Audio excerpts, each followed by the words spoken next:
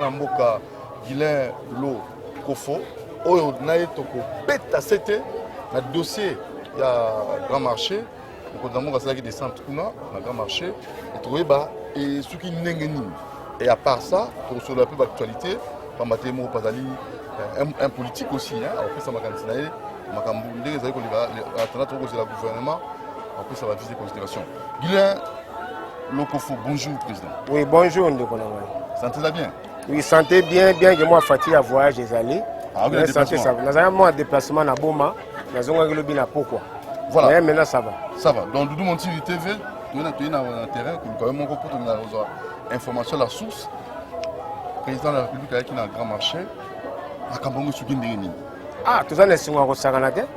Bien que ah, syndicat tout ça n'est pas au Saganate parce que tant on a web sabato que Félix Antoine Chilombo Tshisekedi de Chilombo Chimakinda.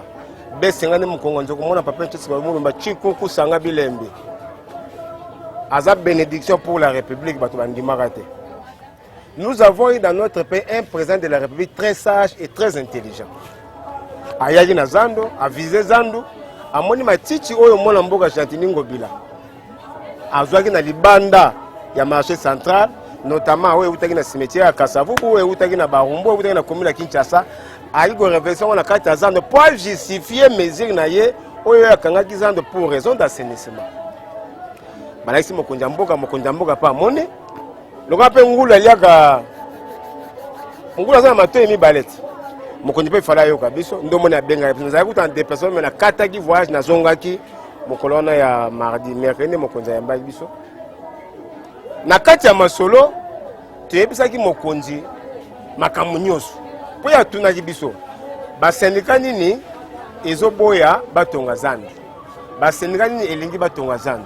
Alors le gouverneur de la ville a présenté biso pas le président de la République comme état syndicat wa yewana ba dimanja banane hein ayona syndicat ezo soutenir ye. Biso nda tchaki biso na catégorie ba syndicat ezo soutenir Messa San. On nous pendant qu'on soutenir Messa San nous c'est le marché. Tant que bango ba ça exposer na bango, nous baningi ba sala musala. Biso te expliquer pourquoi to boyi Zanda mone etonga na lolengo mona mboka Chantini Ngobila. To boyi d'abord un, tous on a confiance na été. Il est le gouverneur de la ville de Kinshasa, tous on a confiance na été pourquoi? Un, pour bongisa Zando, il faut tumba biloko bato. Olingo bongisa Zando ngo sa musala. Donc on yebisa bato te, tongo etani mutatsere biloko na dépôt, aya kuti batumbi. Oyebisi bato te. C'est pour qu'il a visé te. Non non, ça dit tant au confinement et salamati, bato bazongi na bandako, à clôturer Zando, babika beaucoup na Gombe, il faut en macaron, il y a hôtel de ville. Batiki biloko na bango na ba dépôt, bazaki na ba macaron te moyen ba terrasse parce que Zando munene lokolo ezaki na commune ya Gombe. Donc marché central ezaki conseiller na mesure wana. Batiki ba na ndanga na tanda soki ba mesure wana et s'il y a état d'urgence, en ce moment là bato ba kozonga na we. Tango bato ba na ndako, ndeye sika ke na ko tumba biloko bato. Au moins, c'est là, déjà confiance des athées. En tant que président, vous avez aussi des cas, il y a bateau qui pendant vous avez des cas, bazaï belé, ba image des alliés. Que ba tumbi biloko bato pendant période de confinement. Bato bazana banda ko ya tumbi biloko bato. Donc confiance wana ezalité pour na pas ya gouverner la ville de Kinshasa. Ya mi balé, aleki na TV à lobby na kangi Zando, na ningina tonga Zando, na profiter na confinement. Ce qui veut dire, en tant que gouverneur, il n'avait aucun projet. Azaki na projet mon côté ya kosala pour na kotonga Zando. Il y a mis ça to papa, yoza intellectuel. So ngo sala musala na mboka na biso déjà tant le projet est dépassé déjà 1 million de dollars. Au sani. Faut ça l'appel d'offres. Ba benga ba société de construction o ba mutu na mutu ayena maquette na ba ko sala étude du millier. Ba belo nini ba ko sala réellement. Gouverneur a sali en côté. À ça l'appel d'offres. Et puis appel d'offres, il faut qu'il y ait une assemblée provinciale de la ville de Kinshasa. Parce que les députés, l'autorité budgétaire de la ville de Kinshasa, c'est l'assemblée provinciale. Je regrette que dans la ville de Kinshasa, tout le monde a papa bonheur, n'a pas papa social, n'a pas papa ce qui n'a pas. On est passé à la il y a des députés. Bon, on va changer la banque, on va banque Lambert. On va toujours s'attaquer à la banque. Pourquoi ça? Est-ce que natangi komba mutu? Na lobi ne misala bato bazo sala yo ba on ndima misala ba député provinciaux ba sala musali. Parce que ceux qui ba député na biso ba sala musala réellement, mais c'est Jatiningo allait déjà être destitué. Dans la province mususu. Ba sala yango. Mais il y a sali à respecter la procédure sur la passation des marchés parce que na makele lo to salaga délégation ya ba député provinciaux ba yaka na Zande. Ba interroger gouverneur, ba interroger Messassane, ba interroger ministre des Finances, ba interroger ministre de l'Intérieur, ba interroger commissaire provincial et à la police. Mutu nyoso azaki impliqué na biso ba syndicat ba interroger biso. Après ba interrogation wana, ba sala ba recommandation. Oyo ba pesa na gouverneur a vu la Kinshasa. A indemniser ba tu biloko ya tumba. Yo tumbi biloko na ngai pendant que naza na confinement. Siko yo suso kangi su wenze obila na kende na wenze mususu. Siko wenze ngo pona kende obila na futa $100 pour la table à 60 cm. Ba recommandation ba pesa yango. D'abord il faut indemniser ba to biloko ya tumba. À respecter la procédure sur la passation des marchés. Toute affaire cessante à 4 missions ya banda ya kosala. Même le FPM, le vice-premier ministre de l'Intérieur, comme il a gagné. Mais on aura la réponse. L'arrivée du président de la République. Arrivé à président de des marches à chef de l'État, il faut que la moto, la liste pour comprendre des marches. Donc, si on comprend que des marches, le même jour, on a ils ont battu belé qui t'attend mon conseil école. Que le chef de l'État a mal agi. Mais nous qui toyebi ko sala banalise. Mwana mboka Jatiningo bila. Lokola linga tonga Zande. Lokola bangi basala mol. Ndenge ba makamba maso parce que eloko ya ko sala réellement e banaki te. Mokonza mboka tunaki le gouverneur tuni abi. Vous avez un projet. Pesa projet oyo musala yo lingi osala. Projet ezate. Pesa maquette. Batuni gouverneur séance tenante. Maquette ezate. Financement batelemisi bata banque. O ba ko defisa ville mbongo pour basala misala wana batuni ba obilo boza prêt à refinancer toza prêt à refinancer mais projet ezate sikoyo projet ezate banque moyen financer ezate pourquoi le gouverneur s'est précipité ya kokanga Zande balo ba atonga Zande pour réhabiliter Zande pour des raisons d'assainissement au moment où il n'y a pas un projet so tanga na ba ba député ole basala musala na bango balingi mona mboka ko soutenir mona mboka Jatiningo bila so ba pesa bango moya misolo na bango ba ya wana c'était papa Kingotolo papa bonheur papa richesse papa social to betele bango mabo alors que 30 000 vendeurs ya kata marché central bazo souffrir papa mondi wenza ezana mutu mususu afute na ndako ka po amemaka biloko po azanga apporter donc wenzi wana ndeza Zando wana ezana ba makambo ebele ezana mutu mususu na Zando azana marchandise te ki akotaka somba akotika na magasin mundela pesi ye des cartons atie na mesa ateki na pokwa alongoli bénéfice na ye o ya mundele to ya mutu muntu aza importateur azongisi ezana mutu mususu kaka maya ti ya pamba aosela ngo bana bazotanga mususu mikate kaka ya pamba sikoyo Zando andenge wana na tangi nanga bato bateka babalo atombola te siko Zando andenge wana yo gouverneur tu te réveilles un matin pour bouga Zando andenge wana c'est pour de ce pays de descente salité tant président de la République aye président de la République aye kokuta salité oyo Jatiningo bila tiaki po azaki ba matiti ya cimetière ya Kasavubu azu ya commune ya Kinshasa ne yanga yiko tia na kati ya Zando kwa biso soki mokonza ye était ça la déplacer c'est déplacer pour ça biloko nani biso tolobi ye parce que tant aux ans de zongaki après confinement tant aux ans de zongaki et c'est que l'administration a marché à chaque administration a marché oh cette administration a mal géré les finances du marché dans la zone de monnaie les autres coûtent 6 millions de francs congolais par jour ba magasin nyoso ezingi Zando chaque magasin foutaka $10 par mois pour la célébrité ba kiosque oyo na kata na banga ba foutaka 40 000 par trimestre olandi c'est-à-dire mbongo ekotaka bato bazana ba vitrine ba bijoux ba foutaka 7 000 francs chaque semaine mbongo ekotaka mais l'argent a été mal géré mais ça sans gérer ba maison mais les recettes toutes les recettes y a marché central ezaki géré par la ville avec le même administrateur. Maintenant, les mêmes administrateurs, mais qui devrait assainir les marchés? C'est l'administration du marché. C'est le gouverneur. Si le gouverneur n'arrive pas à faire les contrôles, mais les députés, il existe deux types de contrôles. Il y a le contrôle interne et le contrôle externe. Le contrôle interne, c'est la ville, l'Assemblée provinciale.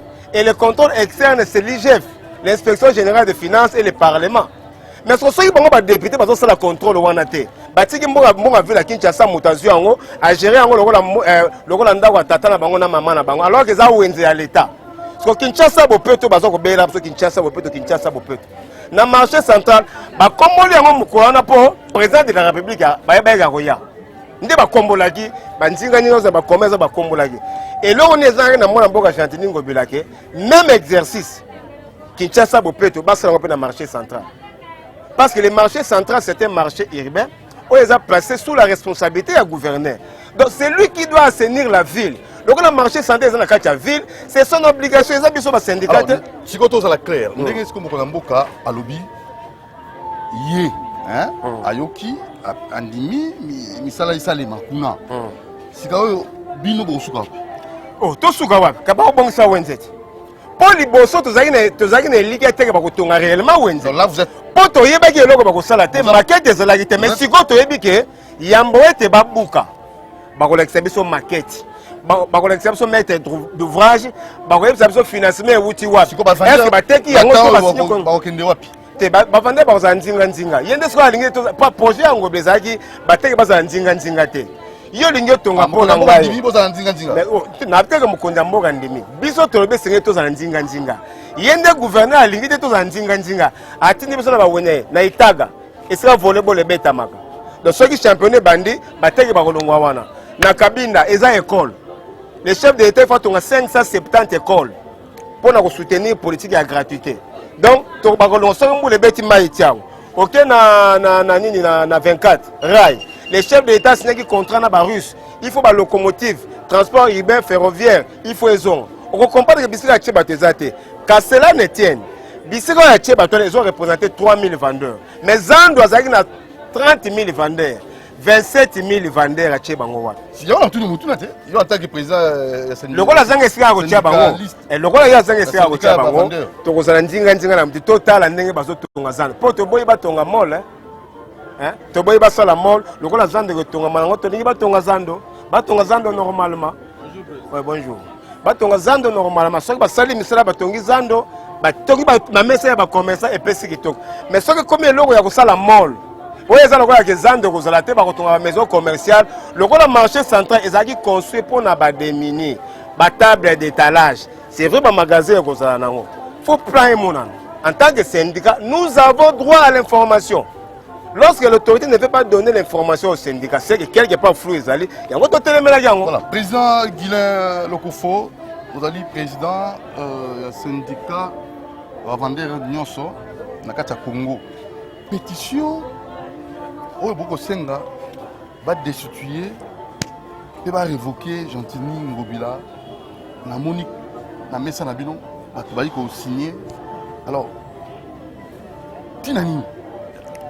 Tosengi na ba commerçant et population quinoise va signer pétition wana pour la kosenga révocation de départ ya gouverneur Castetina te opposé que yon nous il y a les besoins de lobby la manière dont la ville est gérée la gestion de la ville est opaque les recettes de la ville donc gestion parce que là on ne peut pas comprendre. Au niveau de la ville de Kinshasa, il y a combien de boutiques, il y a combien de magasins, il y a combien de terrasses, il y a combien de salons de coiffure. On a foutu la taxe rémunératoire annuelle qui constitue la participation des commerçants pour l'assainissement de la ville. Les boutiques sont combien à Kinshasa? Les boutiques ont foutu à 20 $, multiplié par le nombre de boutiques. Donc la ville de Kinshasa aura des moyens, il y a quoi assainir la ville. Tout le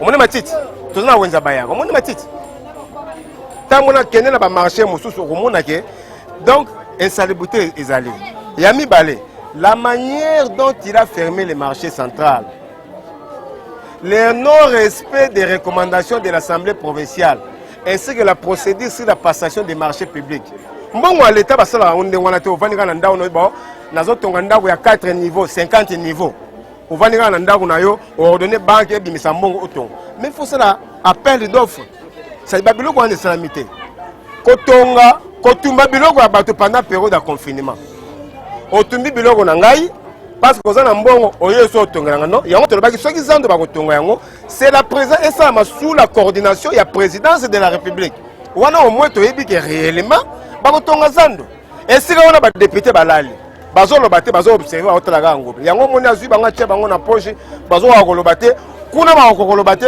ntango bakoya koto oyo papa plus papa bonheur papa kingotolo papa social ya solo mwana mboka Guilain Lokofo nayoki yo mpe bato balandi yo bazolanda ebele mais seulement nazongeli kaka moins inquiétude na ngai yo outi oloba pétition ekokota bato basine pétition mais le 27 000 vendeurs ozala ndinga mais soki babengani bino na ndinga te omoni moto aliboso aprotéger la population c'est l'état. L'État a l'obligation de protéger sa population. Tant que tu as malade Ebola, l'État a mis ça en bon. Tu as malade à Covid, l'État a mis ça en bon. Pour protéger la population, c'est-à-dire l'État a protégé les gens qui ont été épidémie. Tant que tu as bon moyen, tu as l'État congolais a l'obligation de protéger les gens. C'est-à-dire tant que tu as l'Indio Tonga. Tant que tu as des milliers, batali mabelango. O yebe que na zanda munene on ndenge ba belge batonga na se ba caniveau e kenati na fleuve. Soko yo yo sale étude milliers te. Au bout yango na désordre kasi maya fleuve ko refoulé. Maya fleuve ko refoulé na ba tu as miné no omona bina no ba terrasse a miné ba egu wana. Et bimi be na nini na to palanga to kimia. Vous comprenez? C'est-à-dire 27 000 vendeurs l'État a l'obligation de protéger bango. Ngo bila ba pesi bango 3 000 places. Mais la 3 000 places, on pose la place. Il faut que tu $100, espace de 60 cm. C'est-à-dire, mawa. N'a pas commerçant et salarié. Vraiment. Alors, toi qui es déjà à la fin, par rapport au gouvernement ou aux autres, vous avez confiance dans vous? Oui, le gouvernement et la confiance dans moi, surtout que la personne qu'on a nommée Premier ministre, Aza jeune, je crois qu'il a 43 ans, c'est une bonne sanité. Aza jeune, ces questions à entourer na bato bien. Il dit que bataille sur mutazara na FCC, hein, azaga faux. Au moins le gouvernement wana grand coach c'est mon Félix Antoine Tshisekedi. Le soir a vu Diogo le la main de porte-parole à gouvernement. Donc canon. Sur ba kamati mutu le la délice Moindo Zangi, hein, le la SI ndakuna na souci aba na est. Azu Moïse Nzaki babwaki na défense nationale et sécurité. Babwaki kuna. Bakamati ndeko nanga Franck Diongo. Hein? Banidi ministre de l'économie nationale. Au moment où ba kotika ko tsala petit commerce. Hein? Pour to tobeta ramasolo wana, ça dit photo ça dit tolingi baso la gouvernement, batubaya baso la boulot. Aussi ba Laurent Batumona. Obwaki na finance. Olandi? Obwaki Laurent Batumona dia tabao. Botie na finance. Pour ya kuna slogan zale mbongo ya l'État na libenga te. Mbongo ya l'État ke baso aussi ba rolio basi Laurent Batumona dia tabao ba boaki na finance. Porte-parole. Ah, porte-parole au gouvernement la mère Mende. Pour la nuit. Oh, mais bolobati. C'était parolier à Zanga de coaching. Coaching est à faux. Mais ça pas sur la mère Mende. Papa, so yo so sur la mère Mende ozuna o azalaki na INT on nani. Je ino makelele. C'est parce que ça la compte rendu au gouvernement. Le conseil des ministres a délibéré et a pris la décision c'est qu'ici. Un, la mère Mende dans le pour sentir que notre gouvernement sur la décision. Et puis, moi, je Félix Antoine Tshisekedi Nazate. Voilà, Guilain Lokofo. En tout cas, faites pas d'un canal qui nous a éprouvé. Journaliste et coordonnateur, il y a Ngongebeti, Félix Zola à Koufi. Oh, invité. Vraiment, journaliste à Koufi. Na combo ya bama mwenye sur le syndicat, na présenté ba condoléances na ba journaliste Nyoso et précisément na chaîne Canal Kin. Vraiment Ngongebeti sungali biso mingi surtout ba moment difficile. To lega to bandaye ko ba mo mingi bo sungali biso défendre ko ba émission to lega pour faire to foutre le moko te. Donc so bo sali programme tournera na bilili bo web sabiso na kati ya programme bo chabiso. Nous allons mettre un accent particulier. Mais pour le gouvernement, qui est bien que solo et qui est malade. Mais il faut que le gouvernement, au tient aux bon à l'État, au tient à poche na yo ah, ba mukwata, voilà vous allez bisoter. Aux bon à l'État, il va au kangayo. Sur ces arrêts que le gouvernement a exécuté ma décision, où il ça je peux placer là. Et l'autre chose c'est d'abord interprétation à Mibeko. Comment taxe import-export? Babi taxe sur l'octroi du numéro import-export et foutamara chaque année. Taxe sur le numéro import et foutamara chaque année. Dans un numéro import-export, tant qu'on a importé biloko nangai, on fout le douane, OCC, expertise. Mais avec ce numéro-là, je ne peux pas les payer chaque année. Donc, ça va biloko au ministre du Commerce, l'actuel. Hein? À Betagi, il faut pas. L'on a 45 000, et par l'on a 45 $. À Tindra, on a 150 $. Ce qu'on a Betiango, 250. Bon, nous avons déjà les 5 bouts, ça va tirer sur le gouvernement. Au moins, le peuple a aussi pélaté. Si on a déjà les 5 bouts, ça va tirer le gouvernement. Le peuple a aussi pélaté. Parce que au commis ministre, aux agents en opposition, au commis de pouvoir, aux eu fonction, au long des taxes sur le peuple, on a passé à 45 $, au matière, on tient à 250 $. Bon, on a tout moyen à gouvernement. On est ici, voilà. Nani Tambo, Alexis Tambo, Tigeli Bati, Nyongoya. 14 millions. 14 millions. Tambo, Mamba, Tigeli Bati, Nyongoya, 14 millions. A Tigeli l'État. Parce que l'Assemblée, le Sénat, ils ont Bati. Ils ont une grande institution, il y a l'État. Où ils ont que, à des fois, il faut que des fois, à ça, il y a un IGF Kende. IGF sur la banquette, et là, comment va le sénateur, on va sur la banquette.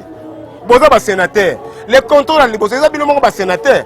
Donc, ma bébé biso ba congolais, les longs nations ça bande mingi bo les rater parce que biso ba commerçant, biso ne to votable. Ceux qui ba commerçant ba voter on mboka, au leka. Pour tous représenter plus de 80% la carte mboka na biso. Mais biso ba commerçant, zwanga moko président national ya syndicat. Ba commerçant na wenzina ba voter ngate. Au rezona ondeni. Pour na na ampiaka. Vous comprenez? Donc mboka na ngamoko 30 ans na kati ya wenza bayaka na kolia na botami na nzombo 30 ans na moteki na kati ya wenza président ya syndicat mais bateki ba voter ngate pona ina za na mbongo te mais tango ba mesa wali balinga ba buka ba mesa nyoso wonde buda defendara tatoy tango ba buki ki bomango kuna buda defendara tatoy ba taxa le coûter ye buda defendara tatoy mais tango comme les élections le roi na mpiake na za na mbongo te ba bi yete ba voter muto za na mbongo apesa tala te muto akena kati ya parlement kuna avant d'alobater. Avant d'alobater. Il faut pas souffrir bino moko. Donc 2021 et c'est les biso ba commerçants tous en ambolobé na biso. Les chefs d'état tanga yaki na zand. Est-ce que aluka ba député? Aluka ki président Sénégal molobeli ba commerçant pour avoir vraie information. Mais Guinée le kofolonganga. Chilobo chima kinda junior. Isuki ba mongo. Kakayo. Ah kakangai. Alors pour finir on a souka. Vraiment na pesi ba teki nyoso mbote surtout ba membre nyoso ya syndicat national des vendeurs du Congo. Hein, baza na kati ya marché dans mon ancien mingi baza derrière caméra ba maman Jackie, ba papa Pierre, ba camarade Lofoso, hein, ba Elale, ozomona kuna na sima kuna petit nanga Diogo azali ancien joueur ya Jarret. Donc donc tous abine état major général tolobi que 2023 ah ce qui le confond comme député faut comme député pour ba ministre baza ba massa na bisoté. Le conflit faut comme député pour ministre de la masse en a été. Donc, ça va interpeller aux Olenga. Mais le loyo, mon amboka chantier, quel est ce député qui va l'interpeller? A interpellé, mais c'est le gouverneur, non, mais c'est le gouverneur, je vous interpelle parce que vous avez incendié, brûlé et fermé le marché central unilatéralement. C'est pourquoi je demande aux collègues députés de vous destituer. Je vous remercie. Merci, président Guilain Lokofo.